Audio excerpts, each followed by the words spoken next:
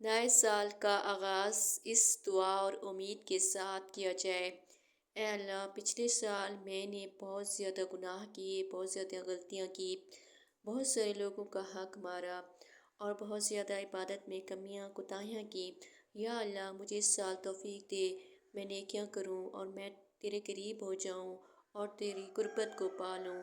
या अल्लाह, इस साल मुझे पहले से ज़्यादा बेहतर बना दे, पहले से ज़्यादा मुझे अच्छा कर दे। मैं नमाज पढ़ने वाला बन जाऊँ, नेक बंदा बन जाऊँ और किसी का हक ना खाऊं।